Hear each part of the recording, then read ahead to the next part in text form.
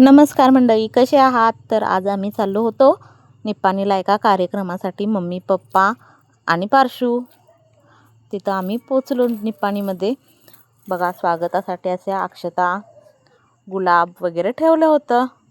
तिथून मग हॉलमध्ये एंट्री करून म्हटलं पाहावं काय काय तरी तयारी केलेली आहे. छान असं फुलांनी सजावट केलं होतं.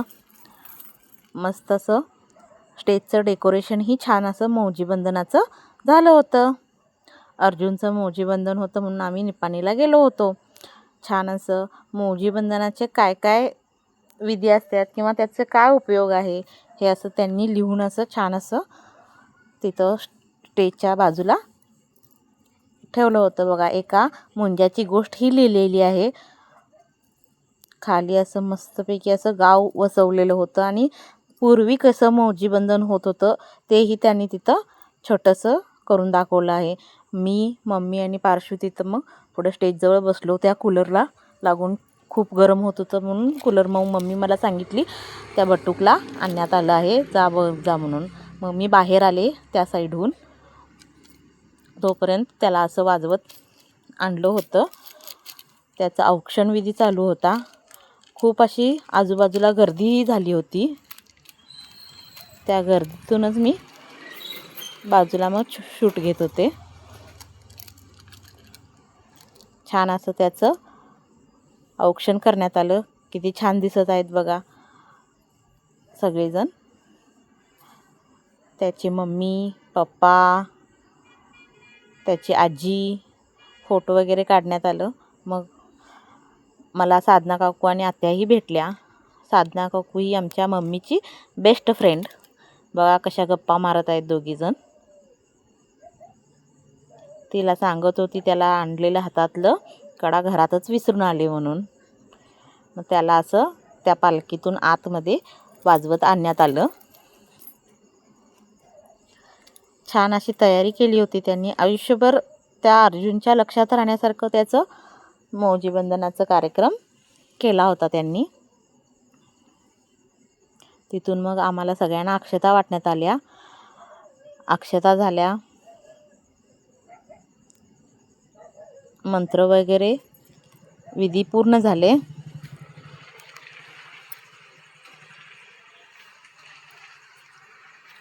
मंगलाष्टक झाली.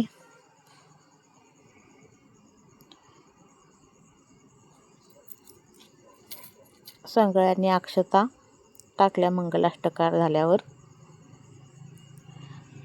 त्यांच्यातले विधी भरपूर काय काही असतात.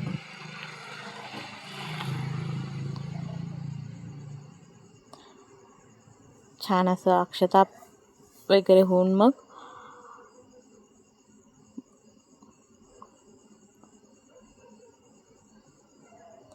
भरपूर लोकही आली होती.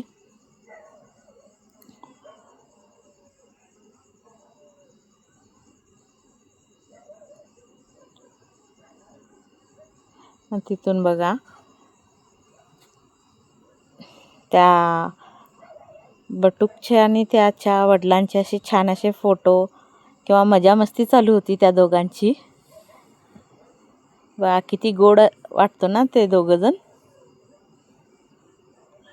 दोघांची मजा मस्ती फुल्ल चालू होती. त्यातूनच ते दोघं एन्जॉय करत होते एवढ्या गोमगाल्यात सुद्धा.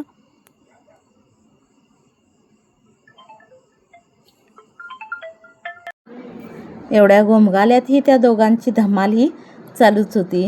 बघा बरं, त्या बापलेकांचं बॉन्डिंग किती छान होतं. तिथून मग फोटो काढण्यासाठी त्याला कंटाळा खूप आला होता. त्यामुळे त्याची मनधरणी त्याचे वडील करत होते.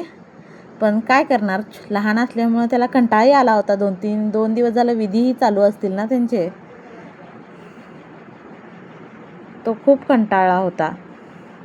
त्यामुळे शेवटी त्याच्या वडिलांनी त्याला नेलं. मग तिथून मग मम्मीनं आणि मीनं अर्जुनच्या मम्मीची ओटी भरून घेतली.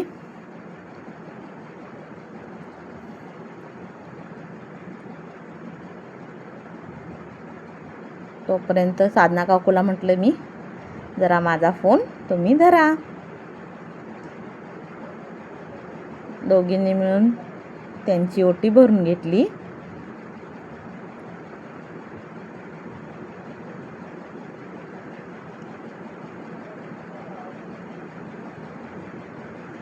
छान असं ओटी भरतेलं फोटोही काढला. केळी मग साधना काकू म्हणाली केळी मग ते आणलेली केळी पण दे. केळी सकटच फोटो काढून घेतला.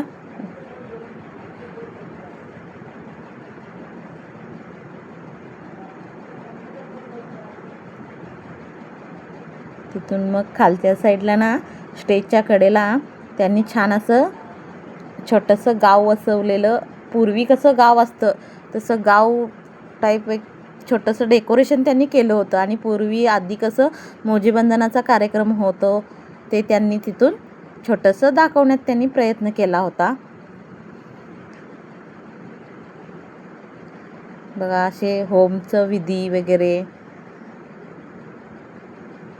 परत ब्राह्मण भोजन असं सगळं त्यांनी दाखवलं होतं. हे बघा व्रतबंधन, त्याला किती छान चॉकलेट वगैरे असे लावलेले आहेत. हे थोडं फराळाचे पदार्थ केले होतं. मग तिथून त्यांनी असं मोजीबंधनाचं काय महत्त्व असतं हे बघा, हे एका बटूकची एका मुंज्याची गोष्ट अशी त्यांनी लिहून इथं ठेवले होतं.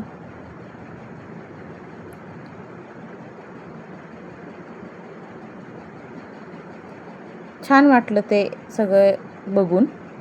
काय काय त्या विधीचा काय हेतू असतो किंवा त्यातून त्या मुलाला काय बोध मिळतो हे असं सगळं त्यांनी लिहून असं ठेवलं होतं तिथं. चांगलं वाटलं ते बघायला, हे जेणेकरून कुणालाही समजावं की ह्या विधींचं महत्त्व काय आहे.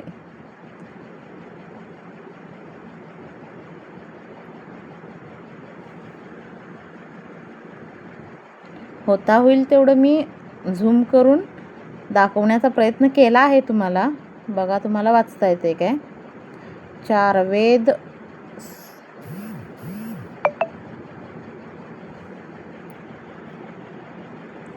श्रीरामांची मुंजही त्यांनी तिथं लिहून काढली होती.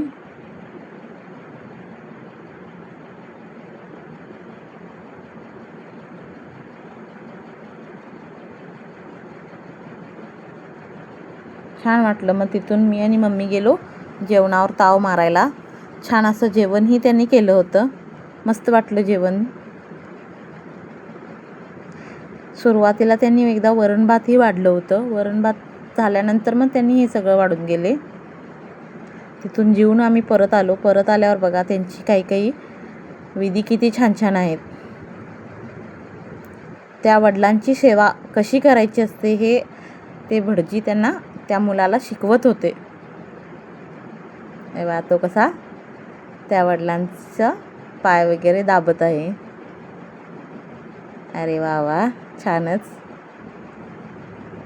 अरे वा, किती मस्त ना. अशी शिकवण आत्ताच्या युगात ही पाहिजे मुलांना. खरं म्हटलं तर बघायला गेलं तर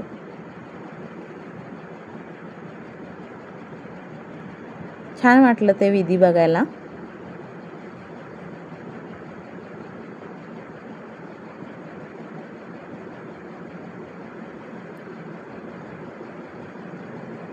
ते दोघं ते खूप एन्जॉय करत होते सगळं विधी.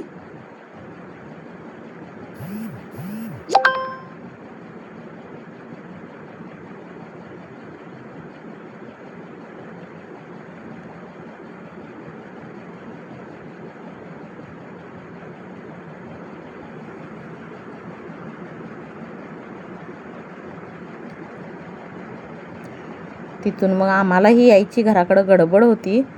पप्पा म्हणत होते चला वेळ होतोय, ऊन होतोय, घरी जाऊया आपण. हे बघा कान धरून क्षमाही मागत आहे तो मुलगा. त्याच्या वडिलांनी त्याला क्षमा करावं. काही चुकलं असेल तर मला क्षमा करा म्हणून तो कान धरून वडिलांचं क्षमा मागत आहे. मग तिथून हा विधी कशासाठी असतो मलाही माहीत नाही. तिथून पुढे ना त्यांनी त्या दोघांना काहीतरी झाकून बहुतेक काहीतरी वडिलांनी उपदेश द्यायचं असतं वाटतं त्या मुलाला. असं काहीतरी असेल. नाही तर आता हात बांधतात. हां बरोबर आहे. आता सध्याला हात बांधतात त्या दोघांचं. आणि हात बांधून झाल्यानंतर ना ते झाकून काहीतरी विधी आहे त्यांचा, असा काहीतरी आहे. पुढे तोही बघायला मिळेल तुम्हाला. याचं काय महत्त्व आहे मला माहीत नाही, पण त्यांनी ते बांधलं तिथं दोघांचा हात. हे बघा, हां बघा, हे सांगत होते मी, त्या दोघांना झाकले. मग ते झाकून काय विधी आहे मला पण नेमकं त्यातलं काय माहीत नाही. बहुतेक त्या वडिलांनी त्या मुलाला काहीतरी उपदेश करावा असं काहीतरी असेल त्यामागचा उद्देश. तिथून मग पप्पा ओरडत होते म्हणून आम्ही तिथून मग हॉलमधून बाहेर पडलो. येता येता पार्शूला दिसली तिथं थंडगार पानपोई दिसल्यावर तिथं तो पाणी प्यायला थांबला. त्याने पाणी पिलं. मग तिथून आम्ही बाहेर पडलो. माझे व्हिडिओ आवडत असतील तर फॉलो करायला विसरू नका.